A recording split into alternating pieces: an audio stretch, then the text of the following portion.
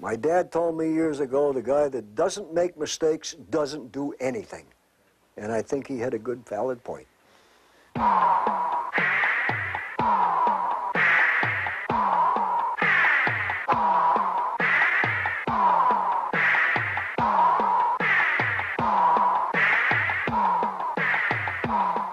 I was lucky enough to get into the railroads out in Oregon when they were still, well, it was the last week of steam that I got in there. They were going to change over to diesel. A little shingle side the road said railroad camp. And somehow or other I couldn't hold that Oldsmobile. It headed right up that road.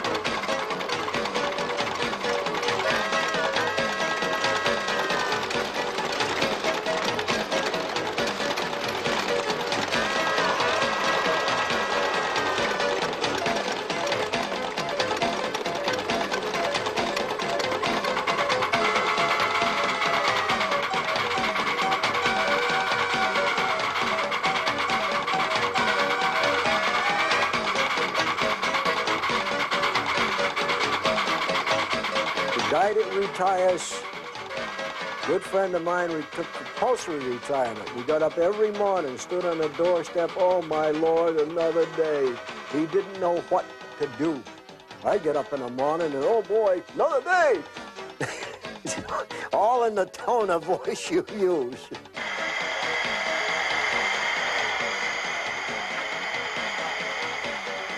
Oh, Lord, I had toy trains, I had old gauge, I had double O, I had HO, and I had a lot of HO, and I decided to get into the bigger gauges. And then all of a sudden I decided hernia gauge was too much for an old man. I went back into HO, and then one day I said, to heck with the HO, I sold it all, and got back into hernia gauge again, which, well, you don't just sit back and watch it go. You go with it. Well, this engine here, 774, is the last Camelback that ever ran actively on the Jersey Central. In fact, it was almost reserved for a museum. Well, I made a model. Has a boiler pressure of 125 pounds of steam, and it burns regular coal, which we have to go all the way to Virginia to get. Everything about this engine, as any other model steam locomotive, they operate the same way as their full-size sisters. Right here is a miniature steam turbo generator that actually generates electricity to light the headlights, and as it did on a full-size model. And this engine has just about every component on it that was on the full-size engine. Even the whistle.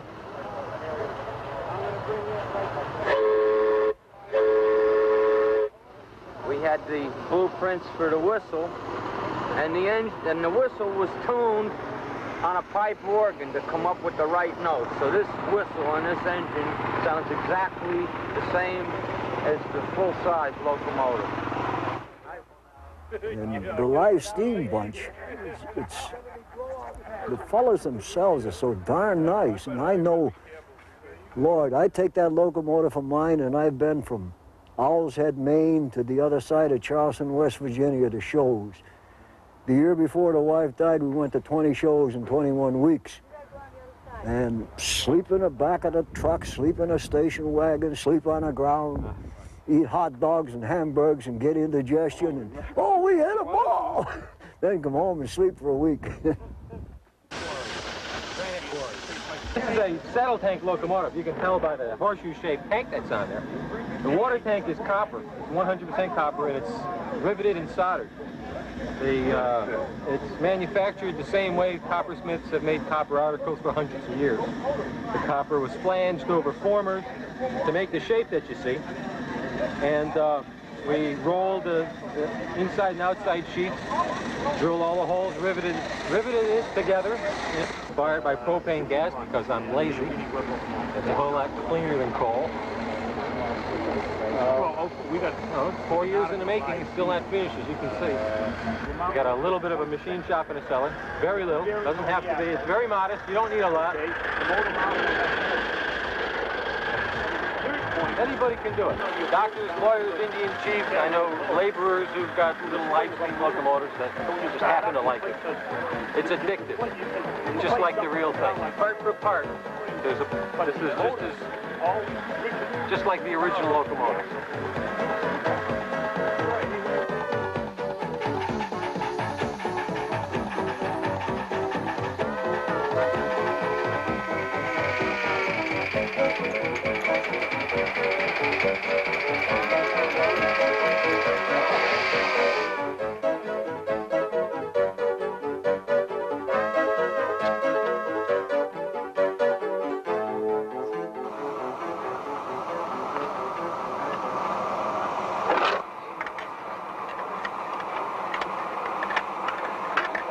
Get this fire broken up so I get a better draft up to the grates. And this needs a little more coal.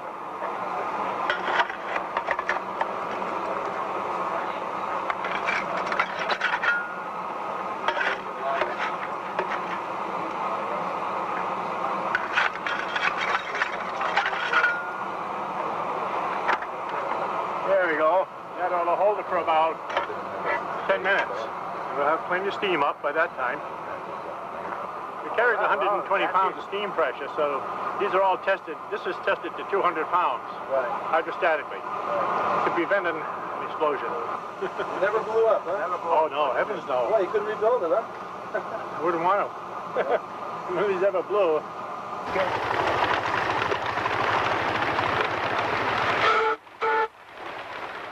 Here at Pioneer Valley, we have 3 gauges. 3.5-inch gauge, which is 1/16 full size, 4.75-inch gauge, which is 1/12, and then 7 1/4, which is approximately 1/8 full size. We are largely live steamers, but every now and then we do allow simulated diesel engines, gasoline engines, and whatnot to pollute the rails. How long have you been involved in this? I've been involved in this for 30 years. Been a member of the steamers for 30 years? Been a member of the live steamers for 30 years. 1958, I joined.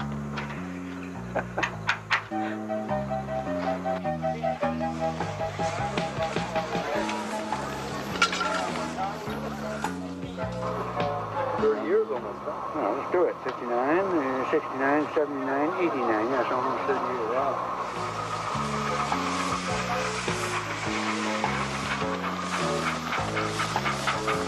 This club here is probably, what, 36 years old, and it's one of the oldest clubs in the United States, if not the oldest. The New Jersey Live Steamers, even though they had a lease on the land here, the New Jersey Live Steamers started about 5 or 6 years after this one did, and we bought our property. And about a year after that, these people here turned their 99-year lease into purchasing of the property.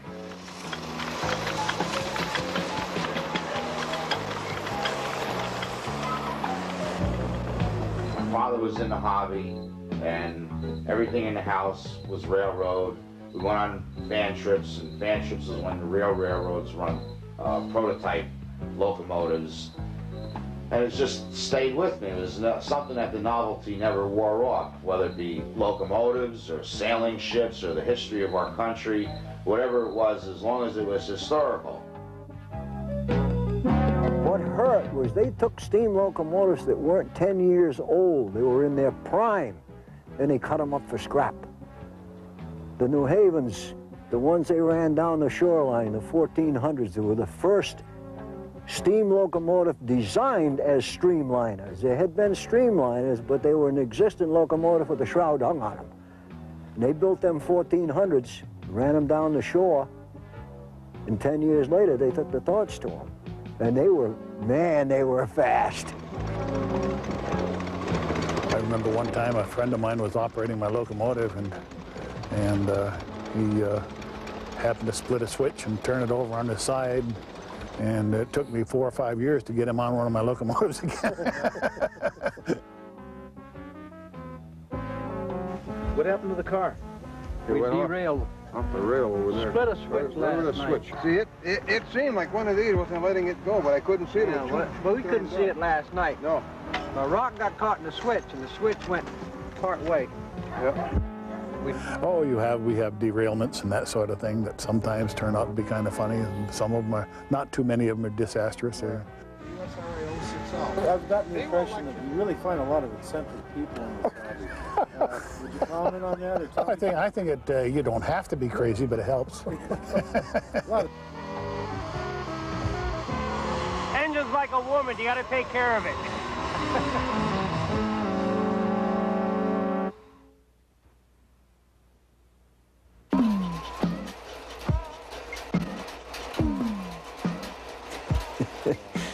Learning to use machine tools when you had no instructor and you had to figure it out yourself.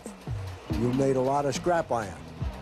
The first lathe I bought, I filled out a questionnaire. The last question was, what is your principal product? And I put down the truth, scrap. My first locomotive, I had no machine experience at all, and I think I made every piece in that locomotive at least 4 times.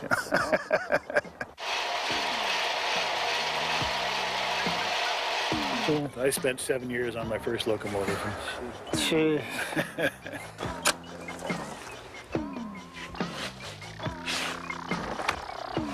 Hi, this is my shop. This is what I call the Woodstock Locomotive Works.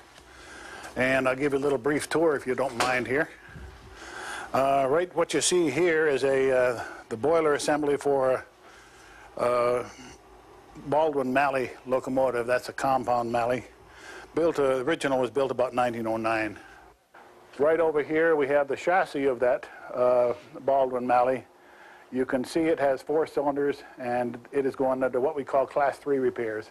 That is, most everything major is being done to it.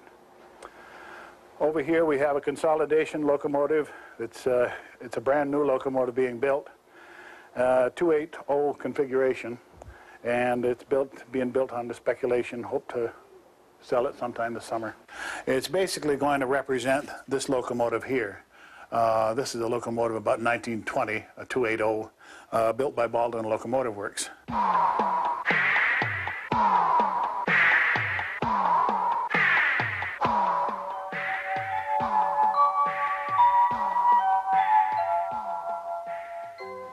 I decided in 1960 that I was going to get out of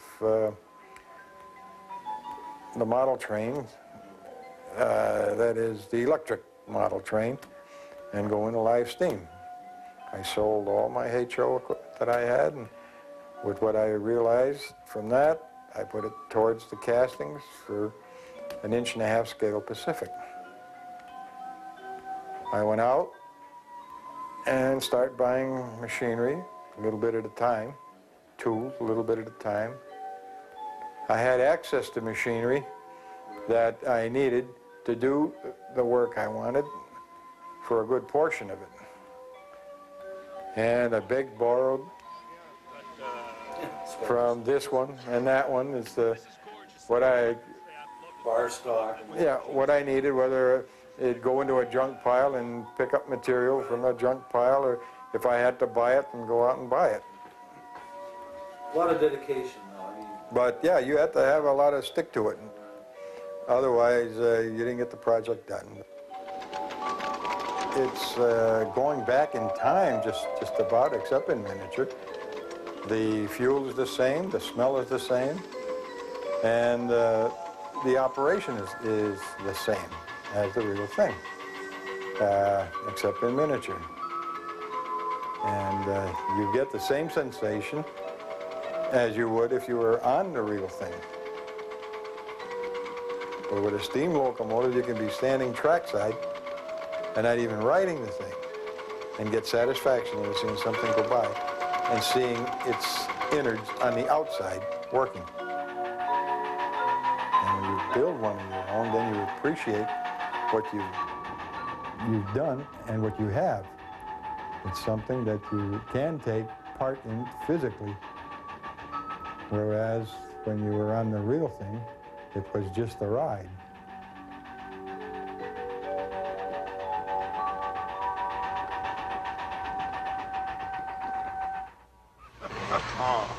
Well, the water in the boiler was getting down there, and I had to put some water in the boiler. So to do that, you have to raise the steam pressure because we were letting the engine sit here idle, and the steam pressure had gone down. And in order to put water in the boiler, you have to raise the steam pressure to use the injector. Well, you go somewhere and some guy comes over and he's interested in your steam project, whichever one you may have with you. So you give him your card. And he says, oh, yeah, I'm a live steamer too. I just built this. Right away you got a common bond.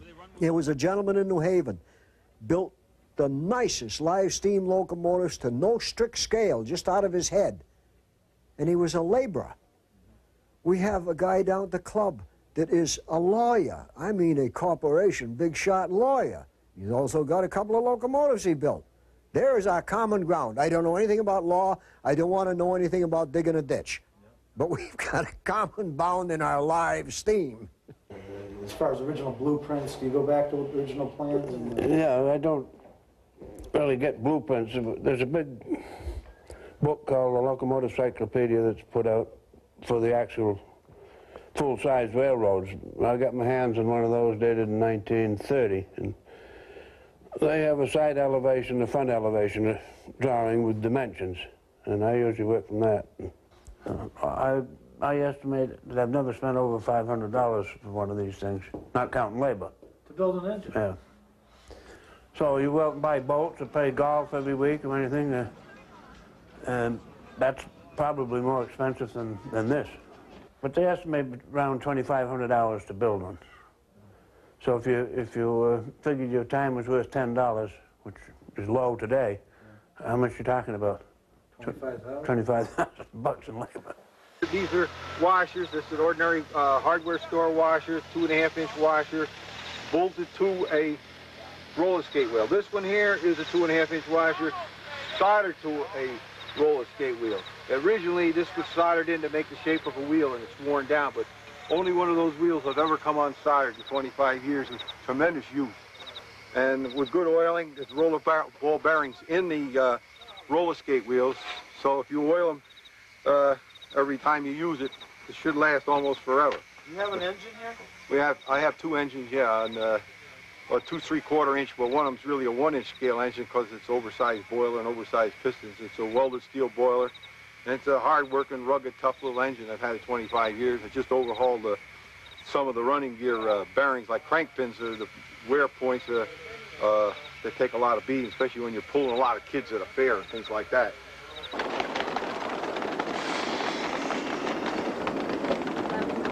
How's the ride, you guys? Great. Super. Ooh, awesome. Sensational. Want us to sing too? We usually do. You usually do.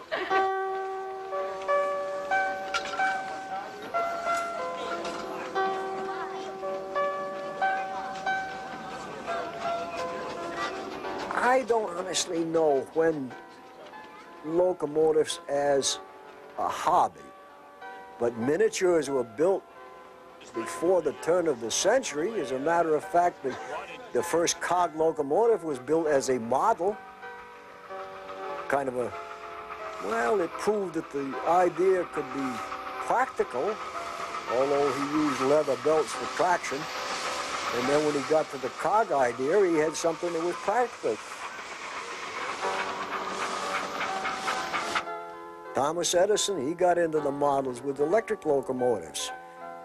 I guess models have been around almost as long as the prototype.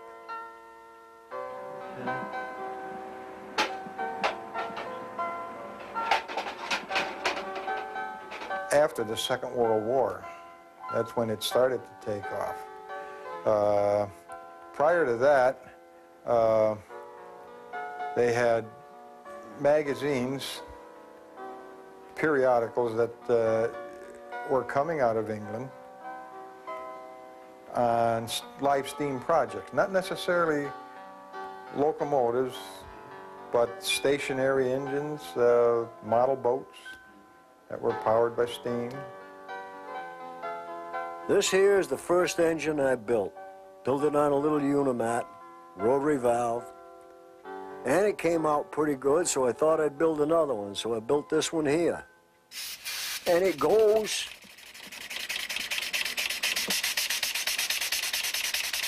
very fast. It has absolutely no power. If a fly landed on a flywheel, it would quit. It's crude, but it was also a good beginner's engine.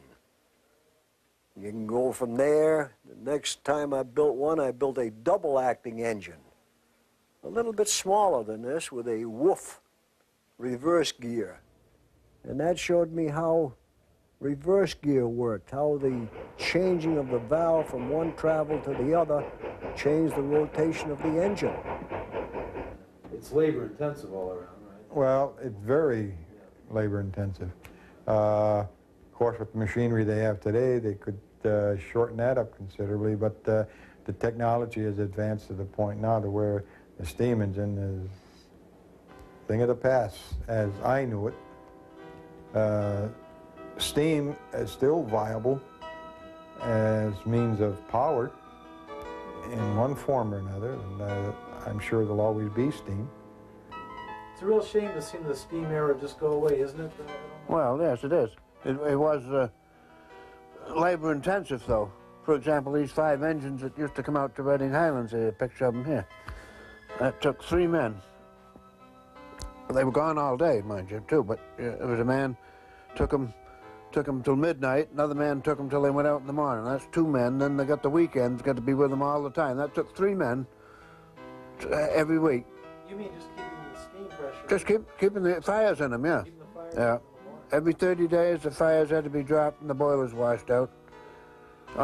Water, coal facilities had to be maintained. When the diesels came to Reading, in the winter, they leave the motors going, they leave the engines going, lock the doors in the cab. In the summer, shut the things off. Start them up like an automobile in the morning. And when the diesel were taking over, of course, diesel fuel was available at 7 or 8 cents a gallon. And the coal was expensive because of the miner strikes and that sort of thing. So it was much more... Was the mining union type activity really a factor? Oh, that was a big factor in that. You didn't be a technician to run steam. If it quit on the road, the guy got a hammer and a file, went out and fixed the darn thing, or brought it in on one side. Now they have to cut the unit out. I think it was a very fascinating age when the steam engines were around, much more so than diesels. We lived across the street from a roundhouse, our first house, and we used to watch them come in. Watch the, actually that plate that's in the dining room is the last steam engine that went out of the roundhouse across the street from our house. I used to love to go to Montreal and watch the beautiful engines come out of Montreal. Beautiful, beautiful steam engines. And I might add, if I may butt in here, she's never ridden on one of the trains. She won't do it. Why is that? Are you afraid of the model? He goes too fast. It's too fast?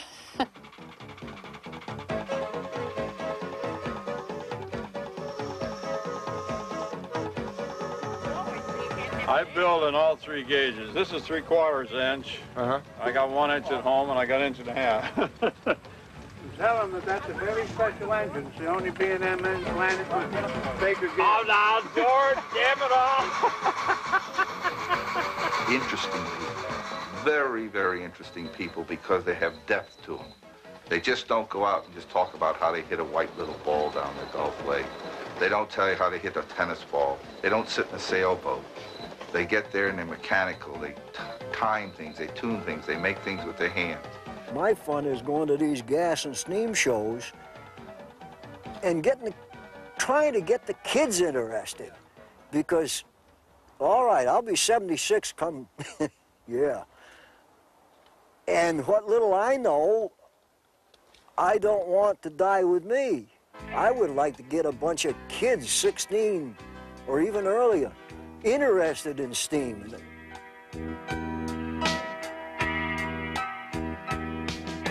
Remember back when we were kids, we'd come here every day. We watched the trains go by and dream of places far away. Sometimes we would sit for hours, lost inside that dream, till we heard those engines coming, belching smoke and steam. But then one day Mama heard down at the store, she said pretty soon the steam trains won't come by here anymore. If you wanna see, you'd better run. She called out from the door, catch the last train running. Can't you hear that whistle blow? Catch the last train running. This is your last chance to go. Catch the last train running, and remember what you see, 'cause the train at least today will be tomorrow's history.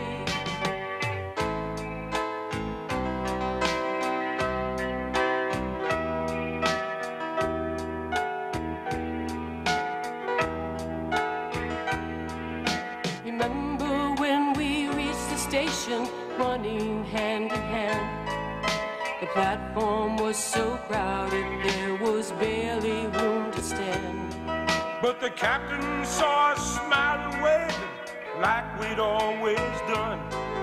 He said, you two will ride with me, 'cause this is my last run.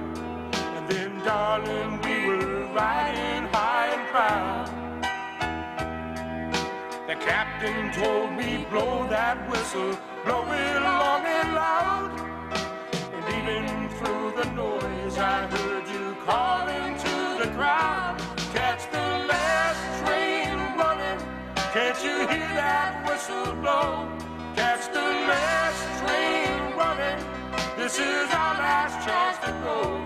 And that last train running, for us is running still.